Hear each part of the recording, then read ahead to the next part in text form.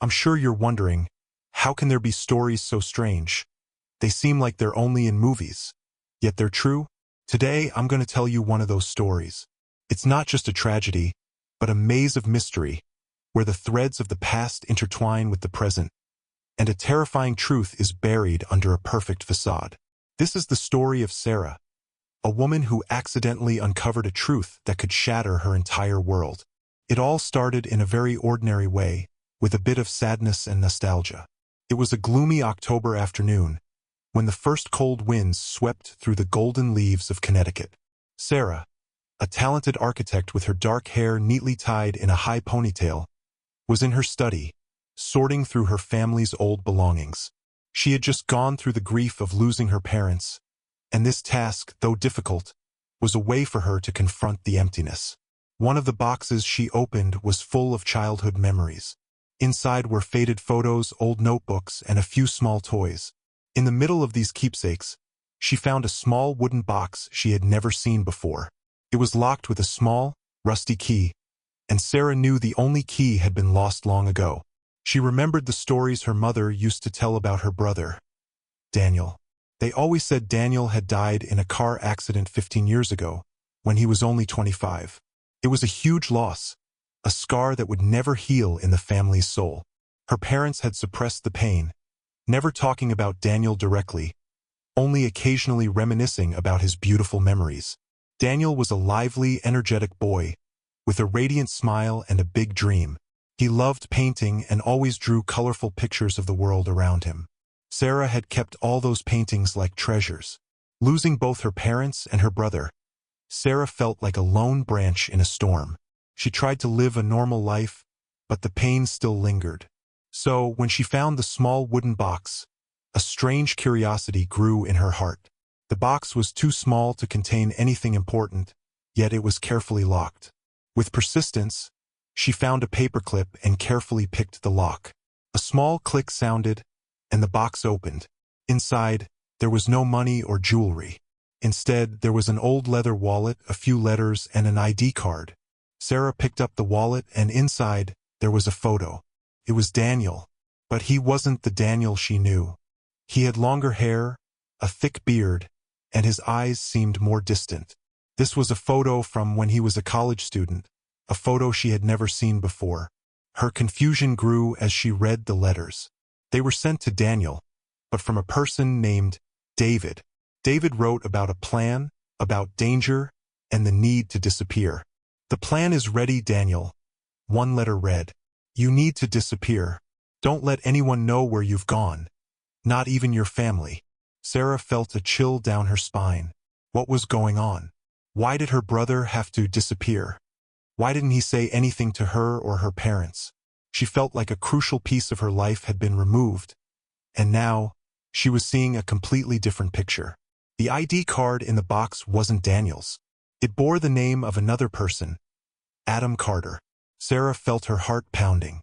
What was this? Adam Carter? A strange name, completely unrelated to her family. She tried to calm herself, thinking it might just be a joke, an old item Daniel was holding for someone. But her intuition told her otherwise. The letters, the ID card, and the photo of Daniel made up a different story, a story her family had never known. Sarah began to search for information about Adam Carter. She went online, typed Adam Carter into the search bar, and the results that came up nearly made her collapse. Adam Carter was a famous graphic artist living in a small town in the western United States. But what shocked Sarah wasn't his profession, but the photo. Adam Carter's profile picture on his website, on social media. It was Daniel. Not someone who looked like Daniel, but her own brother, with the deep eyes she had seen in the photo in the wallet, with the smile she had seen on his lips when he was a child. He wasn't dead. He was alive. Sarah's whole world collapsed. For 15 years, she had mourned a dead brother. For 15 years, she had tried to overcome the pain of loss, living with an emptiness that could never be filled in her heart. But now, she discovered that the pain was meaningless. Her brother was alive, had created a new life, and had never contacted her. Why? Why would he do that? Hundreds of questions rushed into her mind. Was he really dead? and someone was impersonating him? Or was he forced to change his identity? Or did he abandon her and her family? Doubt, pain, and anger intertwined, creating a storm of emotions. Sarah decided she had to find the truth. She had to find Adam Carter, to confront the man she used to call her brother. She couldn't let things go like this. She started to learn about Adam Carter's life. Where did he live? What did he do? Did he have a wife and kids? Every piece of information she found only added to the confusion. He seemed to have a perfect life. He was married to a woman named Emily, and they had a small son. He often posted photos of his happy life on social media. Sarah felt an immense jealousy and anger. Why did he have a new family, a new life, while she had to live in the shadow of the past? She decided she would go to the town where Adam Carter lived. She didn't know what she would say, what she would do, but she knew she had to go. She had to get to the bottom of this. She packed a small suitcase, put in a few necessary items, and took the old wooden box. The box, with the secrets it held, had become a compass, guiding her on her journey to find the truth. She was no longer an architect who only knew how to build solid structures. Now she was on a journey to rebuild her own life, a life that had been shaken to its core by a terrifying secret. This is a story not about a death, but about a life that was buried. A life that Sarah had searched for in vain for 15 years. And now, when she found it, she didn't know if this truth would bring her freedom or push her into a deeper abyss. The trip to that small town felt like a strange dream. Sarah drove for hours, passing winding highways, looking at the changing scenery from vast fields to lush green hills. With every mile that passed, her heart pounded harder. She didn't know what she would face. Would he recognize her? Would he tell her the truth? Or would he deny everything? Hundreds of scenarios ran through her mind, from emotional reunions to angry confrontations. She told herself, no matter what, she had to know. She had to end this pain, this doubt. When she arrived in the town, Sarah felt like she was stepping into another world. Everything here was very peaceful and slow-paced. The small houses, cozy cafes, and friendly people strolling on the streets.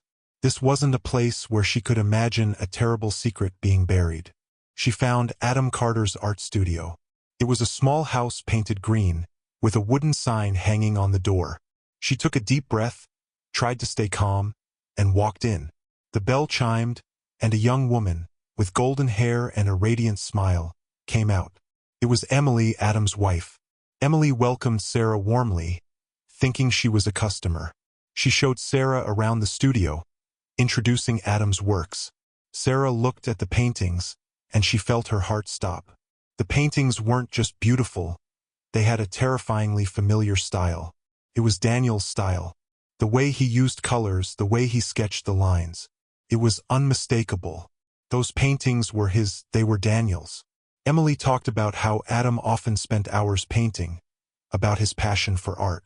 Every word Emily said was like a knife cutting into Sarah's heart.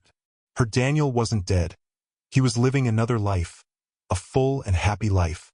He's an amazing person, Emily said, her voice full of pride. He always says that art is a way for him to connect with his past, with the memories he lost. He had partial amnesia after a car accident, but art has helped him remember. Emily's words stunned Sarah. Amnesia? Car accident? This seemed to fit the story of Daniel's death. She asked Emily about the accident, and Emily recounted a story she had heard from Adam. He was severely injured in a car accident, and when he woke up, he couldn't remember who he was. Then he met an old friend, who helped him start a new life with a new identity. Emily didn't know that this story was only half the truth. The other half was a secret that Adam had hidden. Sarah felt confused and pained. She didn't know if Emily was telling the truth, or if it was just a fabricated story. But when she looked into Emily's eyes, she saw sincerity. Emily loved Adam, and she believed what he said. Sarah felt a deep sense of pity. Emily was also a victim. She had unknowingly married a man with a mysterious past, a past he had tried to bury. Sarah decided she had to talk to Adam alone. She told Emily that she really liked the paintings and wanted to talk to Adam privately about a few pieces. Emily happily agreed and said Adam was in the back room. When Sarah walked in, she saw Adam sitting on a chair, looking out the window, a paintbrush in his hand. He had aged a bit, with a few more wrinkles, but she recognized those eyes. They were the eyes of Daniel, of her brother. She took a deep breath and called his name. Daniel! Adam turned around, his face blank. He showed no reaction. I think you have the wrong person, he said. My name is Adam Carter. His voice was deep and familiar, yet foreign. Sarah felt disappointed and pained. He didn't recognize her. Or was he pretending? She took out the old wooden box and placed it on the table. Do you remember this? She asked, her voice trembling. This is your wooden box. The key was lost, but I managed to pick the lock. Adam looked at the box, then at Sarah. His expression changed. From blankness, it turned to shock, then to panic. He stood up, taking a step back, as if he was looking at a ghost. Where did this come from? He asked, his voice trembling. Sarah looked straight into his eyes. It was in your room. Our parents put it away. Mom always said it was Daniel's box. Adam Carter, the talented graphic artist, the man with a perfect life, could no longer pretend. He slumped into the chair, his hands covering his face. Sarah? He whispered, his voice choked. You! Tears streamed down his cheeks. Sarah couldn't hold back her emotions. She ran to him and hugged him tightly. Daniel, I found you. I thought you were dead. She sobbed in his arms. But Daniel didn't hug her back. He just sat there, trembling. He had lived a new life for so long that he couldn't go back to being Daniel anymore. After a moment, Daniel pushed Sarah away, his face full of pain. You shouldn't be here, he said, his voice full of worry. You have to leave immediately. You have to forget about me. Sarah felt a new pain. Why? Why did you do this? Why did you leave us? Mom and Dad. They died in pain because of you. Daniel didn't answer. He just looked at the door, his face full of fear. There's a secret, he whispered. A secret I can't tell you. If you stay here, you'll be in danger. A secret? Danger? What was this? Sarah felt like she was stepping into a detective novel. She demanded Daniel tell her the truth. But he refused. He just said she had to go, had to forget about him and live her own life. Daniel's refusal hurt Sarah. She had searched for him for 15 years. And when she found him, he wanted to push her away. She had prepared herself for a confrontation, but she didn't expect him to want her to disappear. This only made her more curious and determined to find the truth. She couldn't leave. She had to know why he had abandoned her and her family, and what that secret was. Daniel, or Adam, tried to convince Sarah to leave. He told her that her presence would be dangerous for both of them, that he had tried to bury the past for a very important reason. But Sarah's persistence, and her pain, made it impossible for him to avoid it any longer. Finally, he gave in and began to tell his story, a story that had been hidden for 15 years. It all started when I was a student, Daniel began, his voice deep and sorrowful. I was involved in an AI research project, a project funded by a big tech company. The head of the project was a man named Julian Thorne. At first, everything was very promising. We created a breakthrough algorithm, something that could change the world. But then, I started to realize something was wrong. Julian didn't just want to use this algorithm for good. He wanted to use it to control, to manipulate financial markets, to collect personal information of millions of people, to create a hidden power network. Daniel said he tried to object, but Julian Thorne was a powerful and dangerous man. When Daniel threatened to reveal the secret, Julian hired a group of people to take care of him. I was attacked, Daniel said, his voice trembling. They tried to kill me. I was severely injured in a car accident, and when I woke up, I was in a hospital in another state. I couldn't remember who I was. A man named David, one of the members of the project, found me. He said I was saved, but I had to disappear. Julian Thorne thought I was dead, and if I reappeared, he wouldn't spare me. David helped Daniel create a new identity, Adam Carter. He helped Daniel move to a small town, start a new life. I couldn't contact my family, Daniel said, tears in his eyes. I tried, but David said Julian Thorne would monitor everything. He would find our family and harm them. I had to choose between living alone and risking your life and Mom and Dad's. Sarah listened to his story, and she felt her heart break. He didn't abandon her. He sacrificed himself. He gave up his life to protect her and their parents. The pain and anger in her gradually disappeared, replaced by deep compassion. "But why didn't you tell us?" she asked, her voice choked. "We lived in pain for 15 years. Daniel didn't answer. He just looked at his hands, as if he was trying to remember something. "I tried," he whispered. "I sent a few letters to Dad, but they never arrived." There was something strange in Daniel's story.